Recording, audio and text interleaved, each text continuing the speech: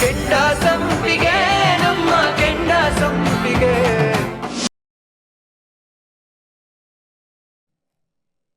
ನಿತ್ಯ, ನಾನು ಮೊದಲೇ ಹೇಳಿದ್ದೆ, ತೀರ್ಥ ರಾಜಕೀಯದವನು, ರಾಜಕೀಯನೇ ಅವನು ಉಸಿರು, ರಾಜಕೀಯನೇ ಅವನ ಜೀವ, ರಾಜಕೀಯಕ್ಕಾಗಿ ಅವನು ಏನು ಬೇಕಾದರೂ ಮಾಡೋಕ್ಕೆ ಸಿದ್ಧ ಅವನು. ಅಂಥವನು ನಿನಗೆ ಸರಿಯಾದ ಜೋಡಿ ಅಲ್ಲ ಅಂತ ಹೇಳಿ ನಾನು ಮೊದಲೇ ಹೇಳಿದ್ದೆ ನಿನಗೆ. ಆದರೆ ಹಿಂದೆ ಮುಂದೆ ಯೋಚನೆ ಮಾಡಿದೆ, ನೀನು ಅವನ್ನ ಮದುವೆಗೆ ಒಪ್ಕೊಂಡ್ಬಿಟ್ಟೆ ನೀನು. ಈಗ ನೋಡು, ಅವನ ರಾಜಕೀಯ ಬುದ್ಧಿ ತೋರಿಸ್ಬಿಟ್ಟ.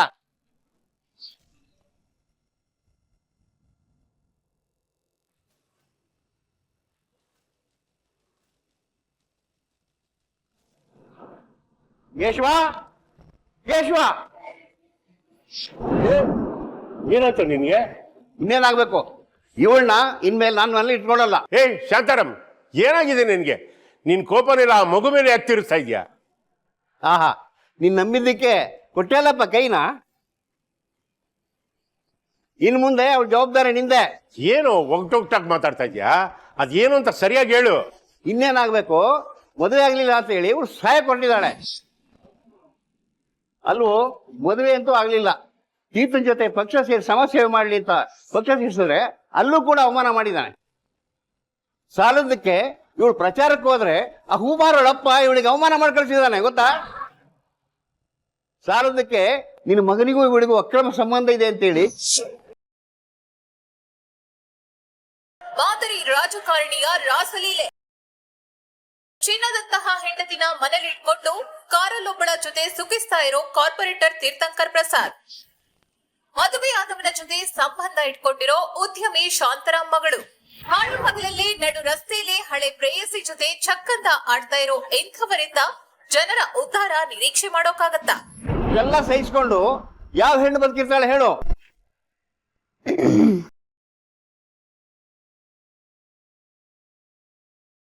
ನಿತ್ಯ, ಬೈಕ್ ಮಗ ಶಾಂತಾರಾಮ್, ಬಾ ಕುತ್ಕೋ, ಬಾ. ತೆಗೆ ಕೈನ. ನೀನೇನು ಅಂತ ನನಗೆ ಗೊತ್ತು, ನಿನ್ ನೋವು ಎಂತದ್ದು ಅಂತ ಗೊತ್ತು. ಸಮಾಧಾನ ಮಾಡ್ಕೊಳ್ಳೋ. ಹೆಂಗಯ್ಯ ಸಮಾಧಾನ ಮಾಡ್ಕೊಳ್ಳಿ? ಹೆಂಗ್ ಸಮಾಧಾನ ಮಾಡ್ಕೋಬೇಕು? ನನ್ನ ಮಗಳು ಬಹಳ ಹಾಳಾಗ್ತಾ ಇದೆ, ಸಮಾಧಾನ ಮಾಡ್ಕೋಬೇಕಂತೆ. ಸಮಾಧಾನ ಕೇಳಿಸ್ಕೊಳೆ. ಅದೇನು ಉತ್ತರ ಕೊಡ್ತೀವ ಕೊಡು. ಅಣ್ಣ, ನಡೆದಿದ್ದೆಲ್ಲ ನಿಮ್ಗೂ ಚೆನ್ನಾಗಿ ಗೊತ್ತಿದೆ. ಸ್ವಲ್ಪ ಪರಿಸ್ಥಿತಿನ ಅರ್ಥ ಮಾಡ್ಕೊಳ್ಳಿ. ತೀರ್ಥಂಗೆ ಈಗಾಗ್ಲೇ ಮದುವೆ ಆಗಿದೆ. ಯಾರನ್ನ ಕೇಳಿ ಮಾಡಿದ್ರಿ ಮದುವೆನ? ನನ್ನ ಮಗಳಿಗೆ ಮಾತು ಕೊಟ್ಟು ಹೂಮಾರ ಹುಡುಗಿ ಹತ್ರ ತಾಳಿ ಕಟ್ಸಿದ್ರಿ ನೀವು, ಸರಿನಾ ಇದು? ಕೇಶವ, ನಾನೇನಾದ್ರೂ ನನ್ನ ಮಗಳನ್ನ ಈ ಮನೆ ಸೊಸೆ ಮಾಡ್ಕೊಂತ ಕೇಳ್ಕೊಂಬಂದಿದ್ನ? ನೀನ್ ತಾನೇ ನನ್ನ ಮಗಳನ್ನ ಸೊಸೆ ಮಾಡ್ಬೇಕು ಅಂತ ಮಾಡ್ಕೊಂಡಿದ್ದು. ಅಲ್ಲಮ್ಮ, ಅವಳ ಮನಸ್ಸಿನಲ್ಲಿ ಮದುವೆ ಆಸೆ ಬೀಜ ಬಿತ್ತಿದ್ದು ಯಾರು? ನಾನಾ? ನೀವು ತಾನೇ? ಈಗ ಆಗಲ್ಲ ಅಂತ ಕೈ ಚೆಲ್ಬಿಟ್ರೆ ಅವಳ ಗತಿ ಏನು? ಕೇಳಿಸ್ಕೊಂಡೇನೆ? ಇದಕ್ಕೆಲ್ಲ ನಾನು ಉತ್ತರ ಕೊಡೋಕ್ಕಾಗಲ್ಲ. ಇದಕ್ಕೆ ಉತ್ತರ ನೀನ್ ಕೊಡು. ಅದಕ್ಕೇನೆ ಕಡೆ, ಅದಕ್ಕೆ ಆ ಹೂಮರವಳನ್ನ ನನ್ನ ಸೊಸೆ ಅಂತ ನಾನು ಯಾಕೆ ಒಪ್ಕೊಳ್ಳಲ್ಲ ಗೊತ್ತಾ? ಇದಕ್ಕೇನೆ. ಕೇಶವ, ನಾನು ನಿಮ್ ಜಗಳ ನೋಡಕ್ ಬಂದಿಲ್ಲ, ಅದ್ರ ಅಗತ್ಯನೂ ನನಗಿಲ್ಲ. ಮುಂದೆ ಅವಳ ಗತಿ ಏನು? ಅಲ್ಲೋ, ತಾಯಿ ಇಲ್ದೇನೋ ಕೂಸ್ಕೊಂಡು ಅವಳಿಗೆ ಅನ್ಯಾಯ ಮಾಡ್ತಿದ್ದೀರಲ್ಲ, ಉದ್ಧಾರ ಆಗ್ತೀರಾ ನೀವು? ಎಂತ ಮಾತಾಡ್ತೀಯ ಶಾಂತಾರಾಮ್? ನಾನ್ ಮೊದ್ಲೇ ಹೇಳಿದ್ದೆ, ಈ ಮನೆಗೆ ತಕ್ಕ ಸೊಸೆ ನಿತ್ಯ ಅತ್ಕೇನೆ ಅಂತ. ಈ ಮನೇಲಿ ಚಿಕ್ಕವ್ರ ಮಾತಿಗೆ ಬೆಲೆ ಎಲ್ಲಿದೆ? ಕೇಶವ, ಇವಳನ್ನ ಉಳಿಸ್ಕೋತೀಯ ಸಾಯಿಸ್ತೀಯ? ನಿನ್ ತೀರ್ಮಾನಕ್ಕೆ ಬಿಟ್ಟಿದ್ದು. ಅಂಕಲ್, ಏನು ಅಂತ ಮಾತಾಡ್ತೀರಾ? ಒಬ್ರು ಸಾವನ್ನ ಬಯಸೋಷ್ಟು ಕೆಟ್ಟ ಮನ್ಸು ಇಲ್ಲಿ ಯಾರಿಗೂ ಇಲ್ಲ ಅಂಕಲ್. ನಮಗ್ ಗೊತ್ತು ನಿತ್ಯ ಎಷ್ಟು ನೊಂದಿದ್ದಾಳೆ ಅಂತ. ನೀವೇನು ಯೋಚನೆ ಮಾಡ್ಬೇಡಿ, ನನ್ನ ಒಡ ಹುಟ್ಟಿ ತಂಗಿ ಹಾಗೆ ನೋಡ್ಕೋತೀನಿ ಇವಳನ್ನ. ಸಾಧನ, ಇನ್ನೇನ್ ಮಾಡು ಅಂತೀರಾ ಅತ್ತೆ? ಅವಳನ್ನ ನೋಡಿ ಒಂದ್ಸಲ, ಎಷ್ಟು ಸ್ವರ್ಗ ಹೋಗಿದ್ದಾಳೆ ನೋಡಿ. ಕೊರಗ್ತಿದ್ದಾಳೆ ಅವಳು. ಅವಳು ಕಣ್ಣೀರ್ ಕಾಣಿಸ್ತಿಲ್ವಾ ನಿಮ್ಗೆ?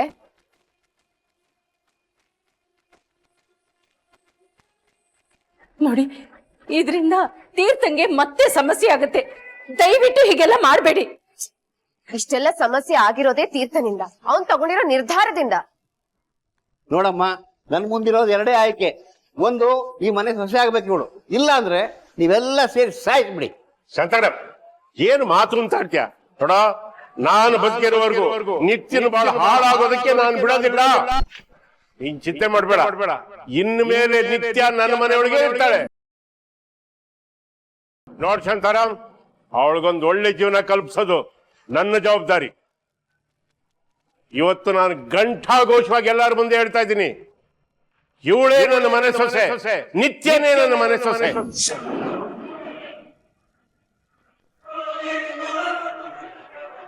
ನೋಡೋ, ನಿಜವಾಗ್ಲೂ ನೀನು ಸ್ನೇಹಿತ ಆಗಿದ್ರೆ ಕೊಟ್ಟ ಮಾತಿ ಪ್ರಕಾರ ನಡ್ಕೋ.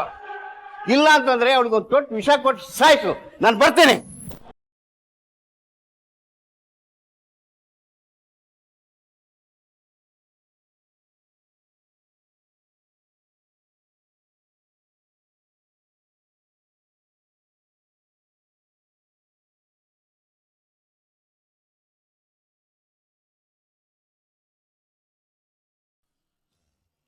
ಬನ್ನಿ.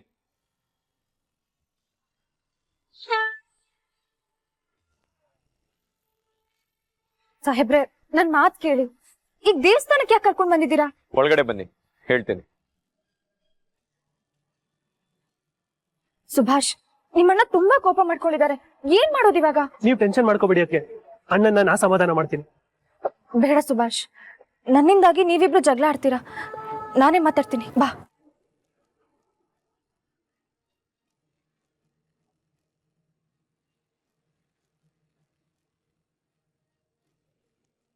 ಸಾಹೇಬ್ರೆ, ನೋಡಿ ಸುಮ್ಮನವ್ರೆ, ನಾನು ನಿಮ್ಗೆ ತುಂಬಾ ಸಲ ಹೇಳಿದ್ದೀನಿ, ರಾಜೇಶನ್ ಕೊಲೆ ವಿಚಾರವಾಗಿ ನಿಮ್ಗೆ ಎಷ್ಟು ನೋವಾಗಿದೆಯೋ ಅಷ್ಟೇ ನೋವು ನನಗೂ ಆಗಿದೆ. ಆ ಕೊಲೆಗಾರನ ಹುಡ್ಕೋ ಪ್ರಯತ್ನ ನಾನು ಮಾಡ್ತಾ ಇದ್ದೀನಿ. ಆದ್ರೆ ಈಗ ನಾವು ದುಡುಕಿದ್ರೆ ಎಲ್ಲ ಹಾಳಾಗುತ್ತೆ. ಎಲೆಕ್ಷನ್ ಮುಗಿಯೋವರೆಗೂ ಸ್ವಲ್ಪ ತಾಳ್ಮೆಯಿಂದ ಇರಿ ಅಂತ ಹೇಳಿದ್ರೆ ನೀವು ಅದನ್ನೂ ಕೇಳ್ತಾ ಇಲ್ಲ. ನಿಮ್ಮಿಂದ ಎಷ್ಟೊಂದು ಪ್ರಾಬ್ಲಮ್ ಆಗಿದೆ ಗೊತ್ತಾ? ರಾಜು ಮತ್ತೆ ವಿಷ್ಣು ಏನ್ ಸಾಮಾನ್ಯದವರು ಅಂತ ಅನ್ಕೊಂಡಿದ್ದೀರಾ? ರಾಜು MLA ಕಣ್ರಿ, ಅವನ್ಗೆ ಪಕ್ಷದಲ್ಲಿ ಒಳ್ಳೆ ಹಿಡಿತಾ ಇದೆ. ಅವನ ಮೇಲೆ ಅನುಮಾನ ಪಟ್ಬಿಟ್ಟು ಇಬ್ರು ತುಂಬಾ ದೊಡ್ಡ ತಪ್ಪು ಮಾಡ್ಬಿಟ್ರಿ. ಸಾಹೇಬ್ರೆ, ಅದಕ್ಕೆ ಕಾರಣ ಇತ್ತು. ಹೌದು, ನಾವು ದುಡುಕ್ ಬಿಟ್ವಿ.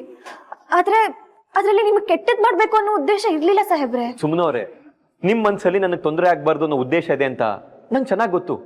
ಆದ್ರೆ ನೀವು ಮಾಡ್ತಾ ಇರೋ ಕೆಲ್ಸದಿಂದ ನಂಗೆ ತೊಂದರೆ ಆಗ್ತಾ ಇದೆ. ನಾ ಜಾಸ್ತಿ ಮಾತಾಡಲ್ಲ.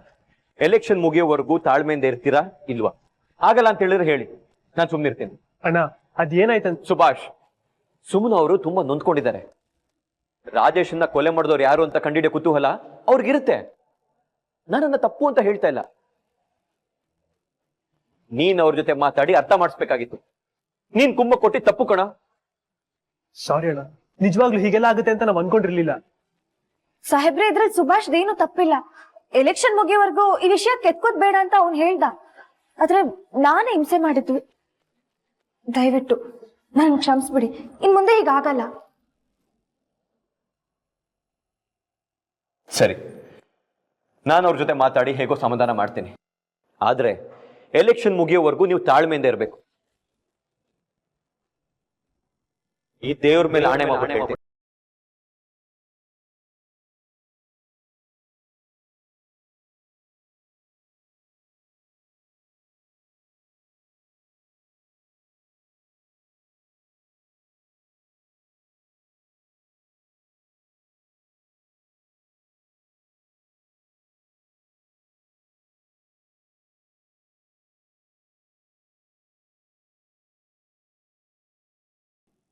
ಆಗ್ಲಿ ಸಾಹೇಬ್ರೆ, ಇನ್ ಮುಂದೆ ಈ ವಿಷಯದ ಬಗ್ಗೆ ಮಾತಾಡಲ್ಲ.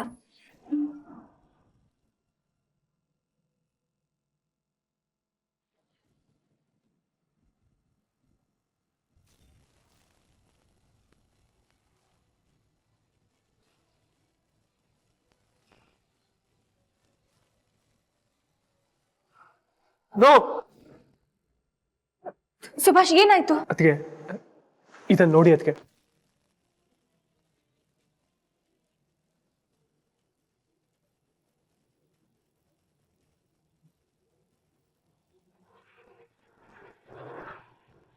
ನನ್ನ ಕತೆ ಮುಗೀತು, ಕತೆ ಮುಗೀತು.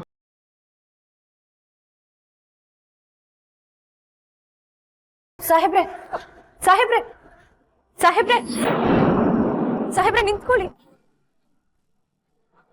ನೋಡಿ ಸುಮ್ನವ್ರು, ನಾನು ಹೇಳಿಲ್ವಾ ಒಂದ್ ಸಮಸ್ಯೆ ಮುಗೀತು ಅಂತ ಹೇಳ್ತಿದ್ದಾಗೆ ಇನ್ನೊಂದ್ ಸಮಸ್ಯೆ ಬೆನ್ನಿಂದ ಬಂದು ನಿಂತಿರ್ತೆ ಅಂತ. ನಂಗೆ ಏನ್ ಮಾಡ್ಬೇಕು ಅಂತಾನೆ ಗೊತ್ತಾಗ್ತಾ ಇಲ್ಲ. ಇನ್ನ ಈ ಸಮಸ್ಯೆ ನಂಗೆ ಯಾವ ರೀತಿ ವಿಷಯ ಕಾಡುತ್ತೋ ಗೊತ್ತಿಲ್ಲ. ಬಹುಶಃ ನಾನು MLA ಆಗೋದು ಆ ದೇವ್ರಿಗೂ ಇಷ್ಟ ಇಲ್ಲ. ಅದಕ್ಕೆ ಇಷ್ಟೆಲ್ಲ ಸಮಸ್ಯೆ ಕೊಡ್ತಾ ಇರೋದು. ಸಾಹೇಬ್ರೆ, ನೀವಂತವ್ರಲ್ಲ. ಆ ವಿಡಿಯೋದಲ್ಲಿರೋದನ್ನ ನಂಬಲ್ಲ ಸಾಹೇಬ್ರೆ. ಸುಮ್ನವ್ರೆ, ನೀವು ನಂಬಲ್ಲ, ಆದ್ರೆ ಊರಿನ ಜನ, ಕ್ಷೇತ್ರದವರು ಅವರೆಲ್ಲ ನಂಬ್ತಾರೆ. ಅವ್ರಿಗೆಲ್ಲ ಮಸಾಲೆ ಬೇಕು, ಗಾಸಿಪ್ ಬೇಕು, ಪ್ರತಿಯೊಬ್ರು ಬಾಯಿಗೆ ಬಂದಂಗೆ ಮಾತಾಡ್ತಾರೆ. ವೋಟಿಂಗ್ಗೆ ಬೆರಳೆಣಿಕೆ ದಿನ ಇದೆ ಸುಮ್ಮನವ್ರೆ. ನನಗೆ ಯಾರು ಓಟ್ ಹಾಕ್ತಾರೆ? ಯಾಕೆ ಓಟ್ ಹಾಕ್ತಾರೆ ಹೇಳಿ? ಸಾಹೇಬ್ರೆ ಸುಮ್ನವ್ರೆ ಪ್ಲೀಸ್, ನನ್ನ ಸಮಾಧಾನ ಮಾಡಕ್ ಟ್ರೈ ಮಾಡಬೇಡಿ. ನಿಮ್ಗೆ ಇದೆಲ್ಲ ಅರ್ಥ ಆಗಲ್ಲ. ದಯವಿಟ್ಟು ನನ್ನ ಒಂಟಿಯಾಗಿರಕ್ ಬಿಟ್ಟು. ಸಾಹೇಬ್ರೆ ಈ ಟೆನ್ಷನ್ ಅಲ್ಲಿ ಅಣ್ಣ ಗಾಡಿ ಓಡಿಸೋದು ಬೇಡ. ಅದಕ್ಕೆ ಬನ್ನಿ, ನಾನು ಓಡಿಸ್ತೀನಿ. ಅಣ್ಣ ಅಣ್ಣ ಅಣ್ಣ, ನೀನ್ ಟೆನ್ಷನ್ ಅಲ್ಲಿ ಇದ್ಯಾ? ಗಾಡಿ ನಾನು ಓಡಿಸ್ತೀನಿ, ಪ್ಲೀಸ್. ಕೂತ್ಕೋ ಅಂದೆ. ಅಣ್ಣ ಪ್ಲೀಸ್ ಅಣ್ಣ, ಕೂತ್ಕೋ.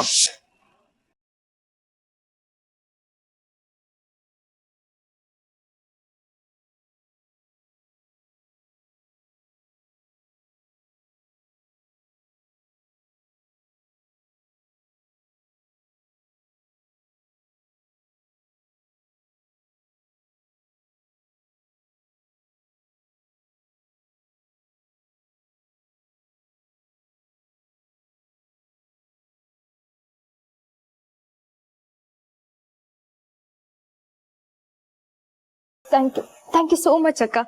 It's okay.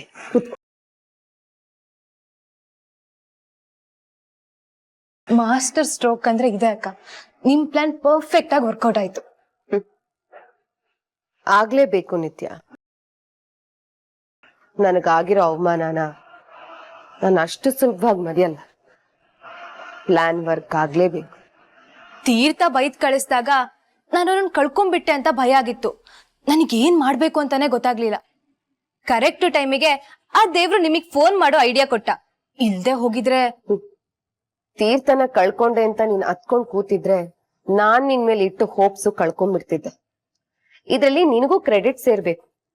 ಯಾಕಂದ್ರೆ ನೀನ್ ಅಷ್ಟು ಬ್ಯೂಟಿಫುಲ್ ಆಗಿ ಆಕ್ಟ್ ಮಾಡದೆ ಹೋಗಿದ್ರೆ ಇದೆಲ್ಲ ಸಾಧ್ಯನೇ ಆಗ್ತಿರ್ಲಿಲ್ಲ.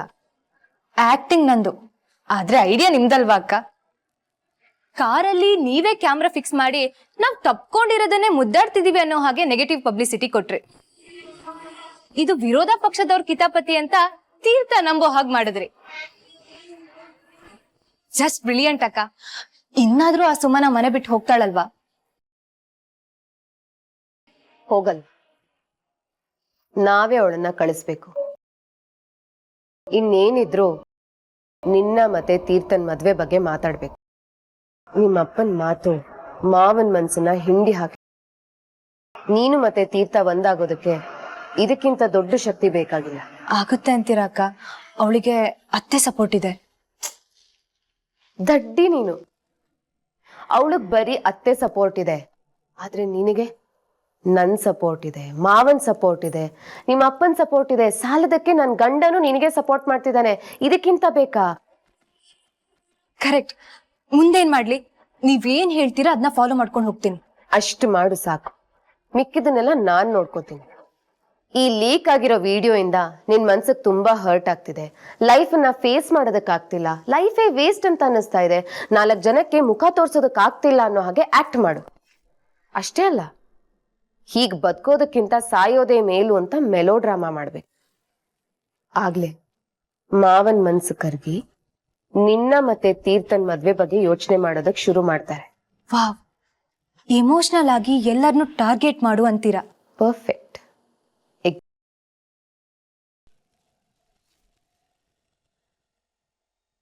ನಿತ್ಯ, ನಾನ್ ಹೇಳೋದನ್ನ ಎಕ್ಸಿಕ್ಯೂಟ್ ಮಾಡು ಸಾಕು.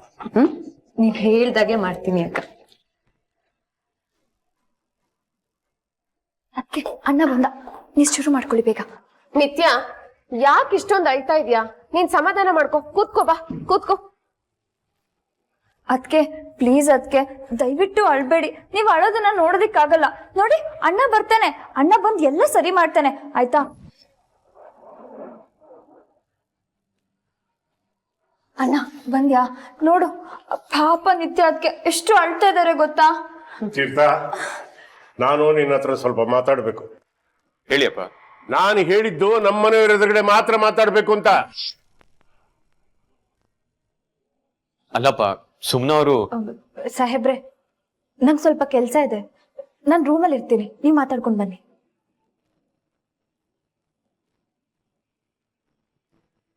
ಹೇಳಿಯಪ್ಪ. ಏಯ್ ಅವಿವೇಕಿ, ಏನಾದ್ರೂ ಬುದ್ಧಿಗಿದ್ದಿ ಇದೆಯೇನೋ ನಿನ್ ತಲೆ ಒಳಗೆ? ನಾನು ಅವಳಿಗೆ ಸಹಾಯ ಮಾಡೋಣ ಅಂತ ಅಲ್ಲಿಗೆ ಹೋದೆ.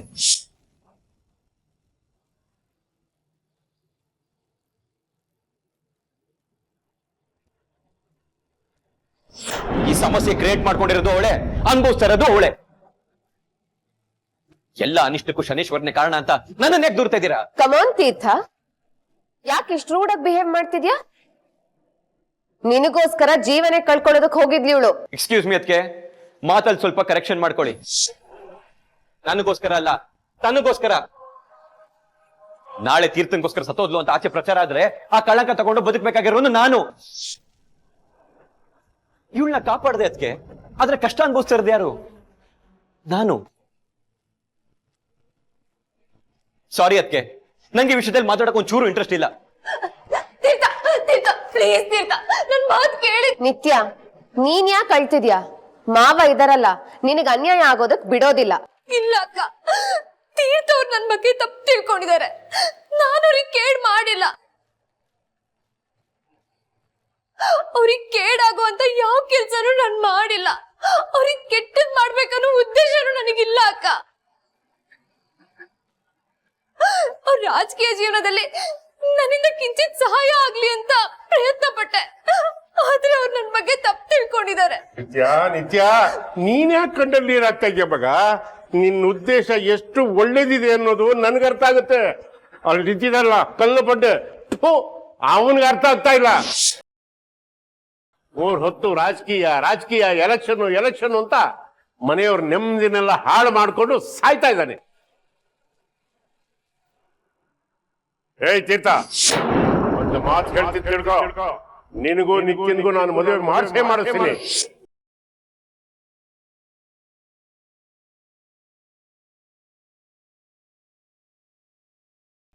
ಏನ್ರಿ ಮಾತಾಡ್ತಿದ್ದೀರಾ? ಕನ್ನಡದಲ್ಲಿ ಮಾತಾಡ್ತಾ ಇದ್ದೀನಿ. ಮನೆಯವ್ರಿಗೆಲ್ಲ ಸ್ಪಷ್ಟವಾಗಿ ಅರ್ಥ ಆಗ್ಲಿ ಅಂತ, ಗೊತ್ತಾಯ್ತಾ? ಅಪ್ಪ, ಕೈ ಮುಗಿದ್ ಕೇಳ್ಕೊತೀನಿ, ನಂಗೆ ಮೊದ್ಲೇ 1000 ಪ್ರಾಬ್ಲಮ್ಸ್ ಇದೆ, ಇನ್ನೊಂದು ಪ್ರಾಬ್ಲಮ್ ಕ್ರಿಯೇಟ್ ಮಾಡಬೇಡಿ. ಏಯ್, ಪ್ರಾಬ್ಲಮ್ ಅಂತ ತಲೆ ಮೇಲೆ ಹೊತ್ಕೊಂಡು ಸಾಯ್ತಾ ಇರೋದು ನೀನ್ ಕಣೋ, ನಾನಲ್ಲ. ನೋಡಲಿ, ಚೆನ್ನಾಗಿ ಕೇಳಿಸ್ಕೋ. ಕೊನೆಯದಾಗ ಒಂದು ತೀರ್ಮಾನ ಹೇಳ್ತಾ ಇದ್ದೀನಿ. ಶಾಂತಾರಾಮ್ ಬರ್ತಾನೆ, ನಿತ್ಯನ ಕನ್ಯಾದಾನ ಮಾಡ್ಕೊಡ್ತಾನೆ. ನೀನ್ ಅವ್ಳ ಕುಕ್ಕೆ ತಾಳಿ ಕಟ್ತೀಯ, ನೀನ್ ಮದುವೆ ಮಾಡ್ಕೊಡ್ತೀಯ, ಅವಳೇ ನನ್ನ ಮನೆ ಸೊಸೆ.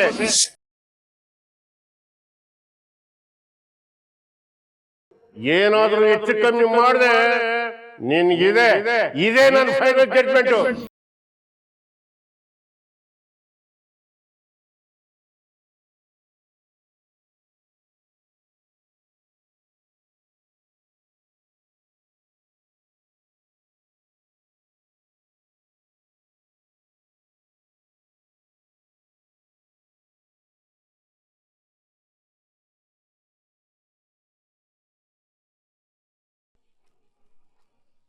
ಸಾಹೇಬ್ರೆ, ನಿತ್ಯ ಅವ್ರು ಯಾಕೆ ಬಂದಿದ್ದಾರೆ? ಏನಾಗಿದೆ ಅವ್ರಿಗೆ? ಯಾಕೆ ಹಂಗಿದ್ದಾರೆ? ಏನಿಲ್ಲ ಸುಮ್ನವ್ರೆ, ನೀವು ಗಾಬರಿ ಆಗ್ಬೇಡಿ.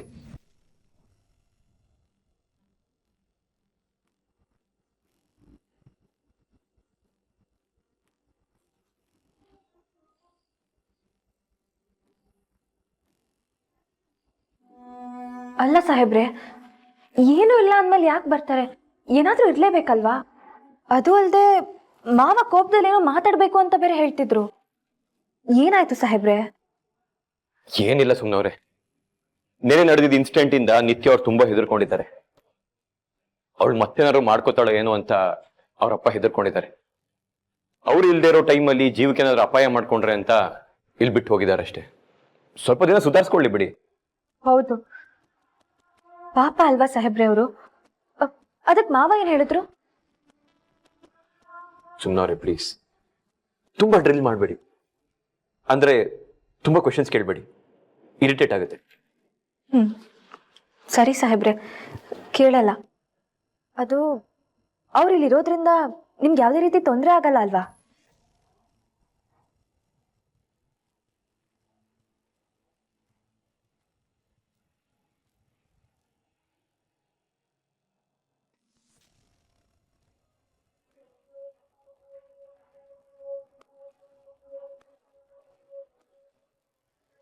ಸಾಹೇಬ್ರೆ, ಸುಮ್ಮನವ್ರೆ, ತೊಂದರೆ ಆಗ್ತಾ ಇರೋದಕ್ಕೆ ಅಲ್ವಾ ನಾನು ಹೀಗಿರೋದು.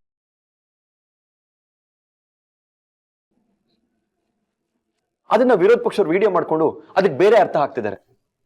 ರೋಡಲ್ಲಿ ತಲೆ ಎತ್ಕೊಂಡು ಓಡಾಡಕ್ ಆಗ್ತಾ ಇಲ್ಲ. ಜನರು ಬಾಯಿಗೆ ಬಂದಂಗೆ ಮಾತಾಡ್ತಿದ್ದಾರೆ. ಆಚೆ ಹೋಗದೆ ಇರೋದಕ್ಕೂ ಆಗಲ್ಲ. ಪ್ರಚಾರ ಮಾಡ್ಬೇಕು, ಎಲೆಕ್ಷನ್ ಗೆಲ್ಬೇಕು, ಎಲ್ಲ ನನ್ನ ಹಣೆ ಬರ.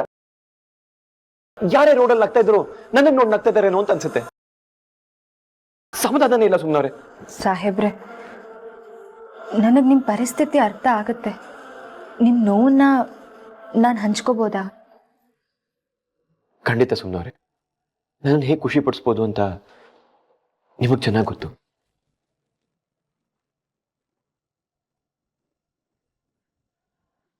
ಗೊತ್ತಾಯ್ತು ಸಾಹೇಬ್ರೆ. ಎಲೆಕ್ಷನ್ ಮುಗಿಯೋವರೆಗೂ ನಾನು ರಾಜೇಶನ್ ವಿಷಯ ತೆಗಿಯಲ್ಲ.